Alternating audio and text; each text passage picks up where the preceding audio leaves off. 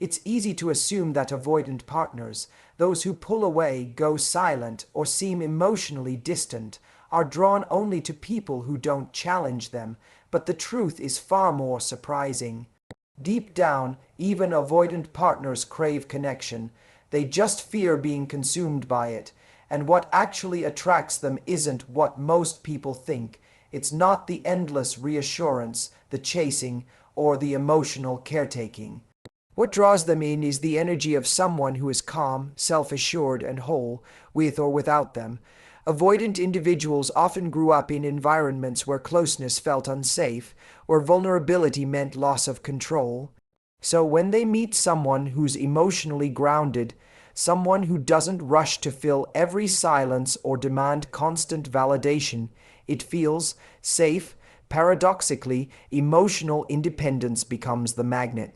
When you show that your happiness isn't entirely hinged on them, you give them something they rarely feel: freedom within connection. They are drawn to people who are comfortable in their own skin, people who express warmth without pressure, who can say, "I care about you, but I don't need to control you." That subtle confidence speaks louder than any words. It tells the avoidant partner, "You're free to be yourself here." And that is the greatest relief for someone who fears being trapped. What's even more interesting is that avoidant partners are intrigued by emotional honesty, but only when it's balanced with composure. When you can express your needs calmly, without accusation or desperation, you show emotional maturity. That kind of emotional clarity doesn't scare them. It earns their respect. The moment you stop chasing and start embodying peace, you change the dynamic entirely. You move from trying to prove your worth to simply living it. You become the safe harbor they didn't know they needed, not because you try to fix them, but because you've already fixed your own need for constant reassurance. And here's the irony. The moment you stop overextending to keep them close is the moment they start leaning in. Not because they've changed overnight, but because they can finally breathe in your presence. They sense your strength, your boundaries, your lightness. And that's what pulls them closer. So, if you're with someone avoidant, don't try to heal them by losing yourself. Heal your need to be needed. The more you honor your own calm, your own independence, and your own emotional balance, the more attractive you become, not just to them, but to anyone healthy enough to see your worth. Love isn't about convincing someone to stay. It's about becoming so grounded, so authentic, that anyone who's capable of love will want to meet you there. Avoidant partners are often misunderstood when it comes to what truly attracts them. Many assume they want someone who keeps a distance, who matches their emotional detachment. But in reality, what draws them in most powerfully is emotional independence, the ability to love without losing yourself. This kind of independence is not cold or indifferent. It's a calm self-assurance that says, "I care about you deeply, but I'm also complete on my own." To someone who fears being engulfed or controlled, that energy is magnetic.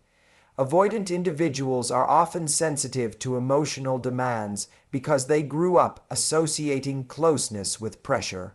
When someone leans too heavily on them for constant reassurance, they start to feel smothered, and their instinct is to withdraw. But when they encounter someone who can regulate their emotions, handle moments of distance without panic, and stay grounded during uncertainty, it creates a sense of safety. That kind of presence communicates that the relationship isn't a threat to their freedom. Emotional independence feels like breathing space to them. It tells them they can be close without losing autonomy. What's striking is that emotional independence doesn't mean emotional unavailability. In fact, it's quite the opposite. It's being able to connect deeply while maintaining a sense of individuality. A person who has mastered this balance can say, "I enjoy your company, but I also enjoy my own." They can show affection without expectation, express needs without desperation, and give love without trying to earn it. This kind of stability becomes a quiet but powerful attraction for an avoidant partner because it models the very security they lack within themselves. When an avoidant partner sees someone who can stand firmly in their own identity, it subconsciously challenges their internal belief that relationships are consuming. They begin to associate intimacy not with entrapment but with peace. Your calmness becomes contagious. Your self-respect reminds them that closeness doesn't have to come with chaos. Instead of pushing them to commit or express more, your steadiness invites them to open up naturally in their own time. It shifts the relationship dynamic from one of pursuit and retreat to one of mutual respect. The emotionally independent person also carries an aura of self-sufficiency that feels deeply grounding. They have their own passions, their own life, and their own sense of fulfillment beyond the relationship. This gives them an inner glow, a quiet confidence that doesn't beg for attention. Avoidant partners are not drawn to neediness, they are drawn to presence. When you know who you are and don't rely on someone else to define your worth, you emit an energy that commands respect and interest. Ultimately, emotional independence becomes a form of love in itself. It says, I trust you enough to let you be free, and I trust myself enough to be okay, whatever happens. That's not detachment, it's strength.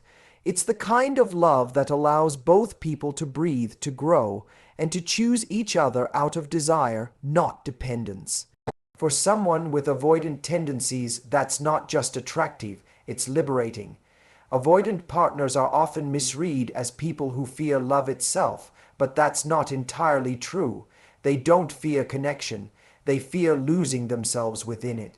For this reason, what draws them in is not emotional intensity or passion that burns too hot, but a sense of calm, safety, and stability within the relationship. Safety, not intensity, is the real currency of attraction for them. While many people chase grand gestures and emotional fireworks, the avoidant personality quietly longs for something that feels peaceful, predictable, and emotionally balanced. Intensity to an avoidant person can often feel like a trap.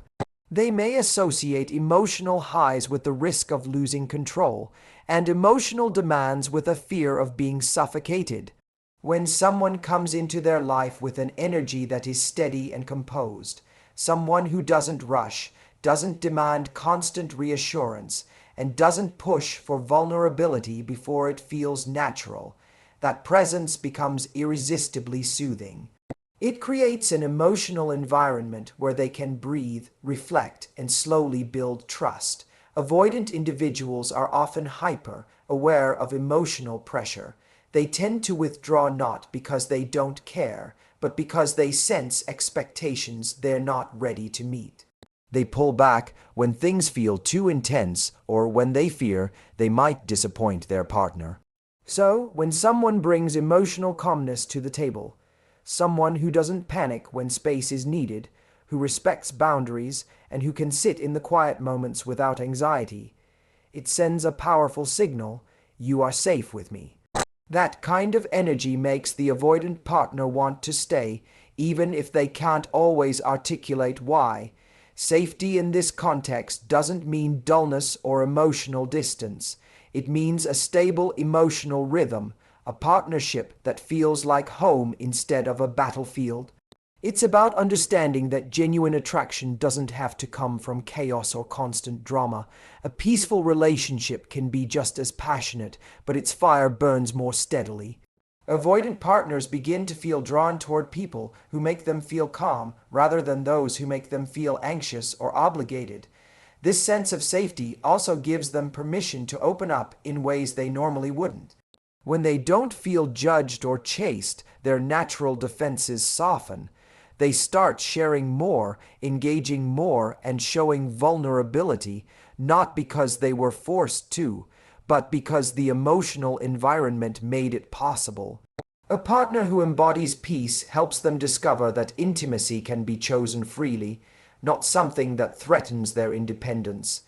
People often confuse love with the adrenaline rush of uncertainty, but for avoidant partners, that very uncertainty is what they try to escape. They are not attracted to people who demand connection. They are drawn to those who allow it to unfold naturally. When a partner radiates stability, patience, and emotional consistency, it becomes a refuge from the emotional turbulence the avoidant is used to. And that refuge becomes magnetic. In the end, the greatest paradox is that when love feels safe, avoidant partners finally begin to explore the depth of connection they've been running from. The warmth of safety invites them to stay, not because they must, but because they want to. Avoidant partners are often seen as emotionally detached or unwilling to communicate, but beneath that exterior lies a complex fear of vulnerability. They are not indifferent to emotions, they are cautious with them. This is why they respond most strongly to someone who can be open and honest without being emotionally overwhelming. Composed vulnerability becomes the bridge that connects them to intimacy without triggering their instinct to retreat. It's the art of expressing one's truth with calm self-assurance instead of desperation or chaos. And to an avoidant partner, that composure feels both safe and deeply attractive.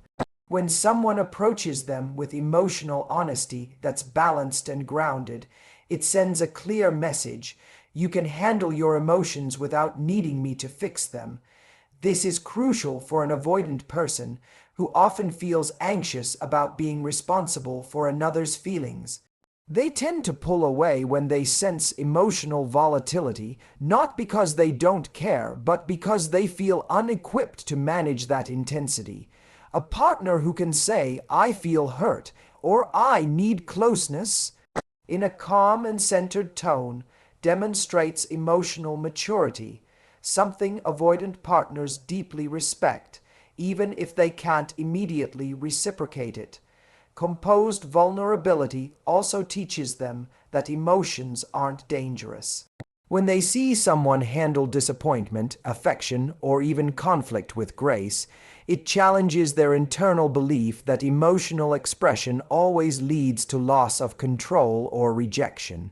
They start to realize that feelings can be shared safely, that love doesn't have to come with fear or obligation. It's this consistency and emotional steadiness that allows an avoidant partner to slowly lower their guard and meet you halfway. Being composed doesn't mean being emotionally detached. It's about maintaining clarity in the middle of emotional waves. For example, instead of reacting impulsively when an avoidant partner pulls away, a composed individual might calmly acknowledge the behavior, express how it feels, and then give space without punishment. That emotional steadiness speaks louder than words. It says, "I can hold space for both my feelings and yours." This balance of self-expression and self-control disarms the avoidant person's defenses and earns their trust over time. What makes composed vulnerability so powerful is that it models a new way of relating. It shows that love doesn't require chaos, that honesty can coexist with calm. It demonstrates that emotional connection doesn't have to mean emotional dependency. The avoidant partner begins to associate openness with safety rather than suffocation. Over time, this transforms the relationship dynamic from one of distance and misunderstanding into one of gradual trust and connection. Avoidant individuals often struggle to articulate their emotions, so being with someone who does so gracefully becomes a quiet form of inspiration. It teaches them emotional language through example, without pressure or lectures. It helps them feel understood instead of analyzed. Composed vulnerability isn't about forcing closeness. It's about creating an atmosphere where closeness feels natural. It's the gentle strength of someone who can love without losing balance, who can speak truth without blame. And to an avoidant heart, that kind of stability doesn't just attract, it heals. Boundaries are one of the most powerful yet misunderstood elements of attraction, especially when it comes to avoidant partners. Many people believe that setting boundaries will push someone away, particularly a person who already seems distant. But for avoidant individuals, clear boundaries are not barriers. They are reassurance. Boundaries signal emotional safety, predictability, and respect. They tell the avoidant partner that they can be in a relationship without losing their sense of autonomy, and that's exactly what draws them closer. When someone knows how to stand firm in their own space, it creates an energy of quiet strength, and that strength is deeply attractive to someone who fears emotional engulfment. Avoidant people often come from experiences where relationships felt overwhelming or controlling.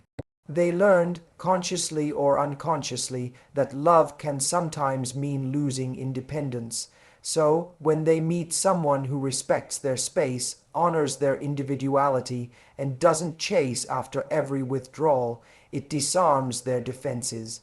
It sends a message: I care about you, but I also care about myself. That balance builds trust.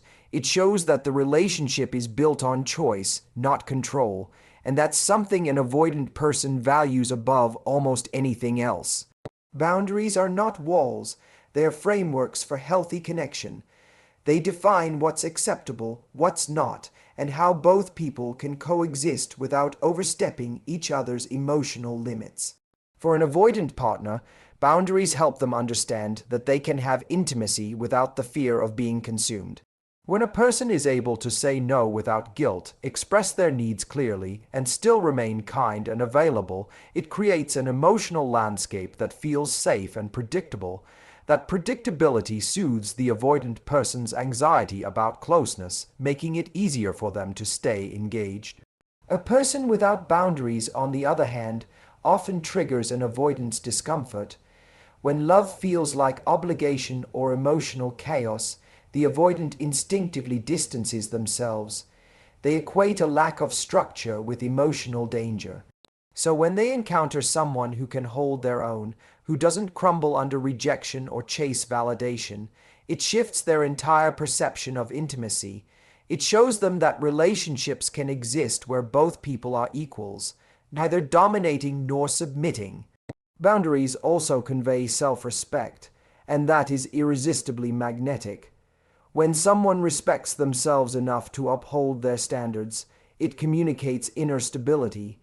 It says, I know my worth, and I won't abandon it to keep someone close. That kind of energy not only calms the avoidant person's fears, but also awakens admiration. They begin to feel more secure around someone who isn't trying to manipulate or cling, but instead holds steady ground. In that steadiness, they find safety. When boundaries are handled with empathy, not punishment, they create a container where love can breathe. It's not about pushing away.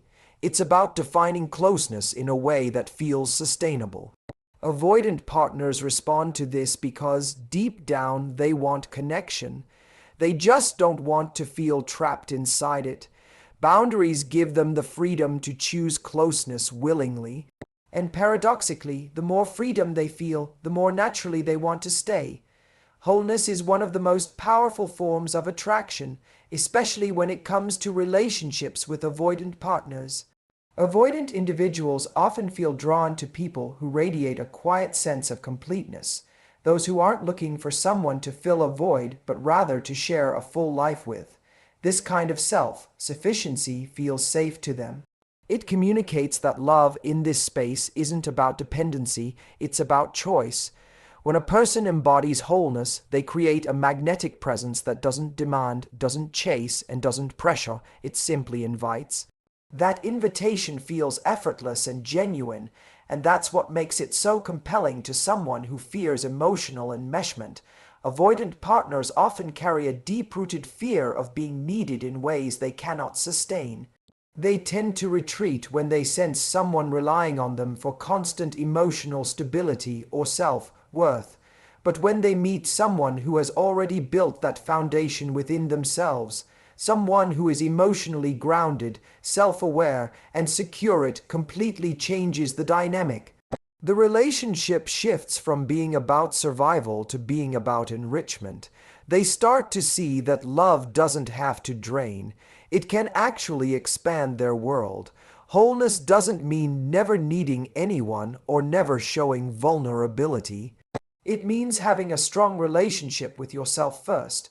It's knowing that your identity, happiness, and peace don't hinge on another person's attention or approval. When you operate from that space, every interaction becomes lighter.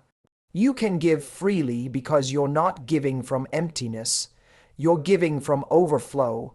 To an avoidant partner, that feels refreshing. It's not the kind of love that suffocates. It's the kind that breathes. This sense of completeness also changes how you respond to distance and uncertainty. Instead of panicking when the avoidant partner withdraws, a whole person remains centered. They don't take the withdrawal as rejection. They understand it as part of that person's emotional rhythm. They continue living their life, pursuing their passions, and maintaining their peace. That emotional steadiness becomes magnetic because it communicates a subtle but powerful message. I'm here by choice, not by need. It's that energy of independence wrapped in kindness that slowly earns the avoidant's trust and interest. Wholeness is also what allows true love to flourish because it eliminates the hidden agenda in relationships. You're not loving someone to be completed. You're loving them because you already feel complete. That difference changes everything. Avoidant individuals can sense when love is laced with expectation. They can feel when affection is being used as a strategy to gain closeness or validation. But when they meet someone who loves freely without attachment or manipulation, they relax. They open up little by little because they finally feel safe to do so. Ultimately, being whole isn't just attractive, it's liberating. It invites mutual respect, emotional depth, and authentic connection. The irony is that when you stop needing someone to choose you, they often start choosing you more. Wholeness creates a powerful emotional gravity, one that doesn't pull with force but draws with peace. It's the kind of love that feels light, honest, and enduring, the very kind that makes even an avoidant heart want to stay. In the end, understanding avoidant partners isn't about changing them, it's about mastering yourself. When you embody calm, confidence, and emotional independence, you become a mirror that reflects safety instead of pressure. You show that love can be both freeing and fulfilling, that connection doesn't have to cost individuality. True attraction comes when you no longer chase validation, but live in alignment with your worth. That's when even the most guarded hearts begin to open. Thank you for listening, and may you always choose love that feels peaceful, grounded, and real.